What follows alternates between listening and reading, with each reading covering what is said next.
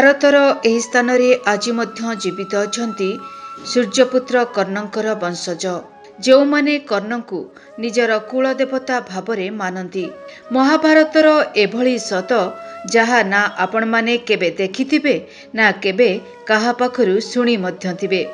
ଆଜି ଆମେ କଥା ହେବା ବିହାର ଏବଂ ଉତ୍ତର ପ୍ରଦେଶର ସେହି ଲୋକମାନଙ୍କ ସମ୍ପର୍କରେ ଯେଉଁମାନେ ନିଜକୁ କର୍ଣ୍ଣଙ୍କର ବଂଶଧର ଭାବରେ ଦାବି କରି ଆସୁଛନ୍ତି। ଏହା ସହିତ କର୍ଣ୍ଣଙ୍କର ସେହି ମନ୍ଦିର ବିଷୟରେ ମଧ୍ୟ ଜାଣିବା ଯାହା ଉତ୍ତରାଖଣ୍ଡରେ ଅବସ୍ଥିତ, ଯେଉଁଠାରେ କୁଳଦେବତା ଭାବରେ କର୍ଣ୍ଣଙ୍କର ପୂଜା ଅର୍ଚ୍ଚନା କରାଯାଏ। ନମସ୍କାର ଦର୍ଶକ ବନ୍ଧୁ, ଆଜିର ଏହି ଭିଡ଼ିଓକୁ ଆପଣ ସମସ୍ତଙ୍କୁ ସ୍ୱାଗତ କରୁଛି। ମୁଁ ଆନି ଶତପଥୀ। ଦର୍ଶକ ବନ୍ଧୁ, ମହାଭାରତର ମହାନ ଯୋଦ୍ଧା କର୍ଣ୍ଣଙ୍କ ବିଷୟରେ କିଛି ରହସ୍ୟମୟ ଏବଂ ଅଜଣା ଓ ଅଶୁଣା କାହାଣୀ ସମ୍ପର୍କରେ ଆମେ ଆଗକୁ ନିଶ୍ଚୟ ଜାଣିବା। କିନ୍ତୁ ତା ପୂର୍ବରୁ ଆପଣମାନଙ୍କୁ ଅନୁରୋଧ କରୁଛି, ଯଦି ଆପଣମାନେ ଏପର୍ଯ୍ୟନ୍ତ ଆମର ଚ୍ୟାନେଲକୁ ସବସ୍କ୍ରାଇବ୍ କରିନାହାନ୍ତି ତାହେଲେ ନିଶ୍ଚିତ ଭାବରେ ସବସ୍କ୍ରାଇବ୍ କରନ୍ତୁ। ନୋଟିଫିକେସନ୍ ପାଇଁ ଅଲ୍ ବଟନ୍କୁ ହିଟ୍ କରନ୍ତୁ। କମେଣ୍ଟ ସେକ୍ସନରେ ଆପଣମାନଙ୍କର ମତାମତ ନିଶ୍ଚୟ ଲେଖନ୍ତୁ। ଦର୍ଶକ ବନ୍ଧୁ, କର୍ଣ୍ଣଙ୍କର ଏହି ବଂଶାବଳୀ ସମ୍ପର୍କରେ ଜାଣିବାକୁ ହେଲେ ଆମକୁ ମହାଭାରତ କାଳର ସେହି ଯୁଦ୍ଧକ୍ଷେତ୍ରକୁ ପୁଣି ଥରେ ଫେରିଯିବାକୁ ପଡ଼ିବ। ଆଜ୍ଞା ହଁ, ଯେଉଁଠାରେ କେବଳ ଶବ ପଡ଼ି ରହିଥିଲା। କୌରବମାନଙ୍କର ବଂଶ ପୂରାପୂରି ନିପାତ ହୋଇସାରିଥିଲା। ପାଣ୍ଡବମାନେ ଯୁଦ୍ଧକୁ ଜିତି ତ ଯାଇଥିଲେ, କିନ୍ତୁ ସେମାନଙ୍କୁ ଏଭଳି ଏକ ସତ ଜଣାପଡ଼ିଥିଲା ଯାହାକୁ ଜାଣିବା ପରେ ଯୁଧିଷ୍ଠିର ଏବଂ ଅର୍ଜୁନଙ୍କର ଆତ୍ମା ବିଳାପ କରି ଉଠିଥିଲା। ତାହା ଥିଲା କର୍ଣ୍ଣଙ୍କର ସତ୍ୟ।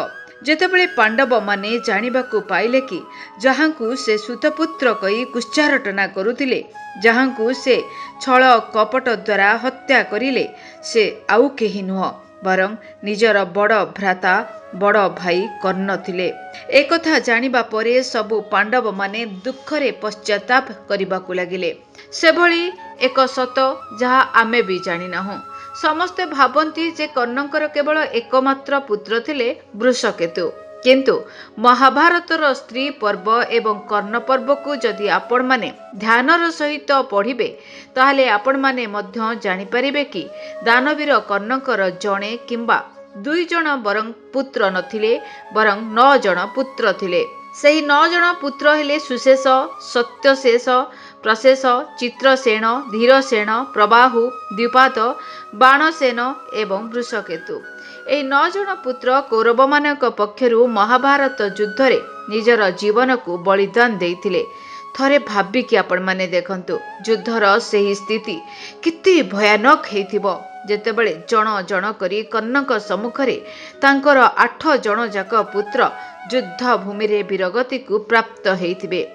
କାହାକୁ ଭୂମି ମାରିଲେ ତ କାହାକୁ ସାତ୍ୟକୀ ମାରିଥିଲେ, ଆଉ କାହାକୁ ନିଜେ ଅର୍ଜୁନ ବଧ କରିଥିଲେ। କର୍ଣ୍ଣ ଏଭଳି ଜଣେ ହତଭାଗ୍ୟ ପିତା ଥିଲେ ଯିଏକି ନିଜର ଜୀବିତ ଅବସ୍ଥାରେ ନିଜ ଆଖି ସମ୍ମୁଖରେ 8 ଜଣ ପୁତ୍ରଙ୍କର ଶବକୁ ଦେଖିଥିଲେ। କିନ୍ତୁ କାହାଣୀରେ ସବୁଠୁ ବଡ଼ ଟ୍ୱିଷ୍ଟ ସେତେବେଳେ ଆସେ ଯେତେବେଳେ ଯୁଦ୍ଧ ଶେଷ ହୋଇଯାଏ। କର୍ଣ୍ଣଙ୍କର 9 ଜଣ ପୁତ୍ରଙ୍କ ମଧ୍ୟରୁ କେବଳ ମାତ୍ର ଜଣେ ପୁତ୍ର ହିଁ ଜୀବିତ ରହିଥିଲେ, ଯିଏକି ସବୁଠାରୁ ସାନ ଥିଲେ ବୃଷକେତୁ। ଏବେ ଆପଣମାନେ ଭାବୁଥିବେ ଯେ ଯୁଦ୍ଧ ପରେ କର୍ଣ୍ଣଙ୍କର ସେହି ଏକମାତ୍ର ପୁତ୍ର ବୃଷକେତୁଙ୍କ ସହିତ ପାଣ୍ଡବମାନେ କ'ଣ କରିଲେ? କ'ଣ ତାକୁ ମାରିଦେଲେ ପାଣ୍ଡବମାନେ, ନା ତାଙ୍କୁ ଦଣ୍ଡ ଦେଇଥିଲେ? ଯେତେବେଳେ ଅର୍ଜୁନ ଜାଣିବାକୁ ପାଇଲେ କି ବୃଷକେତୁ ତାଙ୍କର ନିଜର ବଡ଼ ଭାଇ କର୍ଣ୍ଣଙ୍କର ପୁତ୍ର ଅଟନ୍ତି, ତ ଅର୍ଜୁନ ଦୁନିଆ ସମ୍ମୁଖରେ ଘୋଷଣା କରିଲେ କି ବୃଷକେତୁ ଆଜିଠାରୁ ଅନାଥ ନୁହନ୍ତି। ସେ ବୃଷକେତୁଙ୍କୁ ନିଜର ପୁତ୍ର ଭଳି ପାଳନ କରିଲେ। ଅର୍ଜୁନ ନିଜେ ତାଙ୍କୁ ଧନୁର୍ବିଦ୍ୟାର ଗୁପ୍ତ ରହସ୍ୟମାନ ଶିକ୍ଷା ପ୍ରଦାନ କଲେ।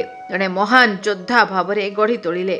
ଯେତେବେଳେ ବୃଷକେତୁ ବଡ଼ ହେଲେ ସେତେବେଳେ ନିଜେ ଯୁଧିଷ୍ଠିର ବୃଷକେତୁଙ୍କର ରାଜ୍ୟାଭିଷେକ କରିଲେ।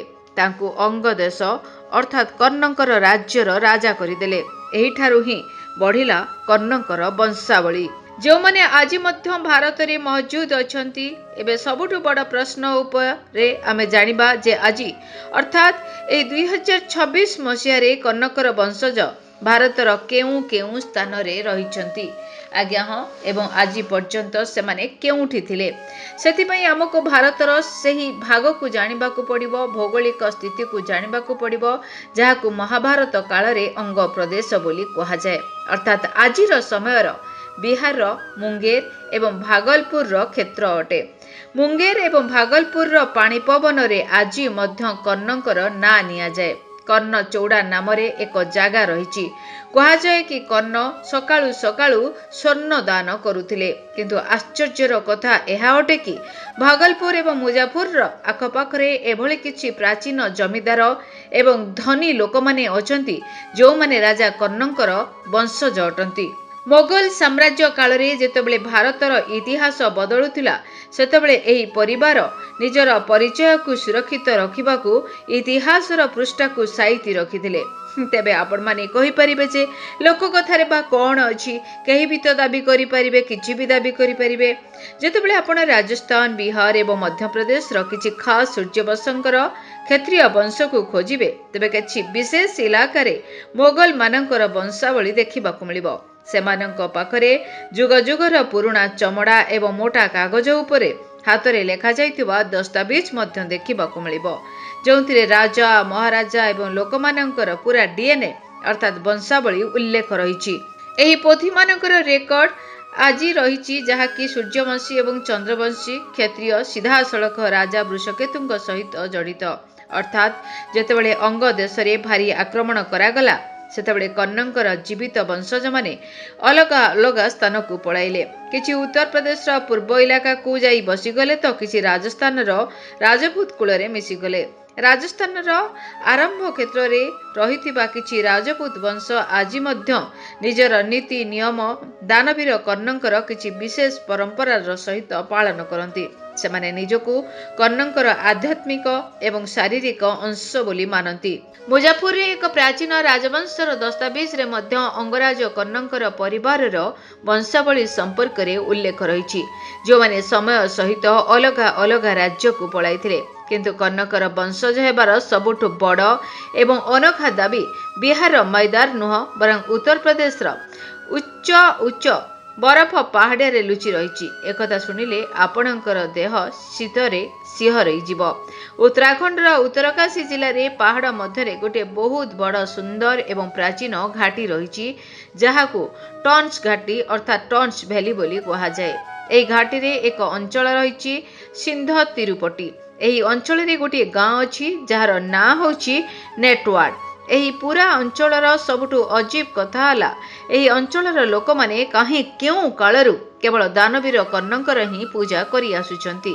ସେଠିକାର ବୟସ୍କ ଏବଂ ପୂଜାରୀମାନଙ୍କ ଅନୁସାରେ ମହାଭାରତ ଯୁଦ୍ଧରେ ଯେତେବେଳେ ହସ୍ତିନାପୁରରେ ପାଣ୍ଡବମାନଙ୍କର ରାଜ୍ୟ ହେଲା ତ କର୍ଣ୍ଣଙ୍କର କିଛି ନିଷ୍ଠାପର ସୈନିକ ସେମାନଙ୍କର ପରିବାରର ସଦସ୍ୟ ଏବଂ ନିଜର ସମାଜଠାରୁ ଦୂରରେ ରହି ଏହି ପାହାଡ଼କୁ ଆସି ଶରଣ ନେଇ ସାରିଥିଲେ।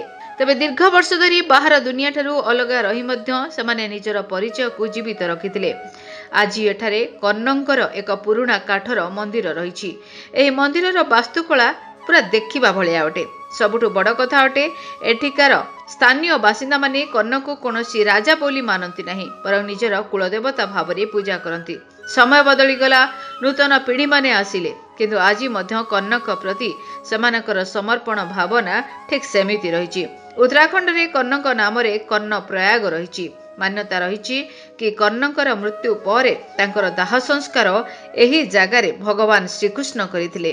ତ ଦର୍ଶକ ବନ୍ଧୁ, କ'ଣ ଏହି ସତ୍ୟ ନୁହେଁ କି କର୍ଣ୍ଣଙ୍କର ପ୍ରକୃତ ବଂଶଜ ଏହି ଶାନ୍ତ ସୁନ୍ଦର ପାହାଡ଼ର ତଳେ ନିଜର ପରିଚୟ ଲୁଚାଇକି ରହି ଆସୁଛନ୍ତି? କିଏ ଜଣେ ସତ କଥା କହିଛନ୍ତି କି ସାମ୍ରାଜ୍ୟ ମାଟିରେ ମିଶିଯାଏ, ରାଜା ଇତିହାସର ପୃଷ୍ଠାରେ କୋଉଠି ନା କୋଉଠି ଲୁଚି ଯାଆନ୍ତି। କିନ୍ତୁ କର୍ଣ୍ଣଙ୍କ ଭଳି ମହାଯୋଦ୍ଧା ଯିଏ ଜାଣିଥିଲେ କି ତାଙ୍କର ମୃତ୍ୟୁ ସୁନିଶ୍ଚିତ ଅଟେ, ସେ ନିଜର ସବୁ କିଛି ଦାନ କରିଦେଇଥିଲେ। ଆଉ ତାଙ୍କର ବଂଶଜ ଏତେ ସହଜରେ ଏ ଦୁନିଆରୁ ବିଲୁପ୍ତ ତ କେବେ ବି ହେବେନି। ନା କ'ଣ ଆପଣମାନେ କ'ଣ ବିଶ୍ୱାସ କରୁଛନ୍ତି? କ'ଣ ସତରେ ଆଜି ମଧ୍ୟ ଜୀବିତ ଅଛନ୍ତି କର୍ଣ୍ଣଙ୍କର ଏହି ବଂଶଜମାନେ? ଯଦି ଆପଣମାନେ ଏ କଥାର ସତ୍ୟତା ଉପରେ ବିଶ୍ୱାସ କରୁଥାନ୍ତି ତାହେଲେ କମେଣ୍ଟ ସେକ୍ସନରେ ନିଶ୍ଚୟ ଆମକୁ ଲେଖିକି ଜଣାନ୍ତୁ। ଧନ୍ୟବାଦ, ନମସ୍କାର।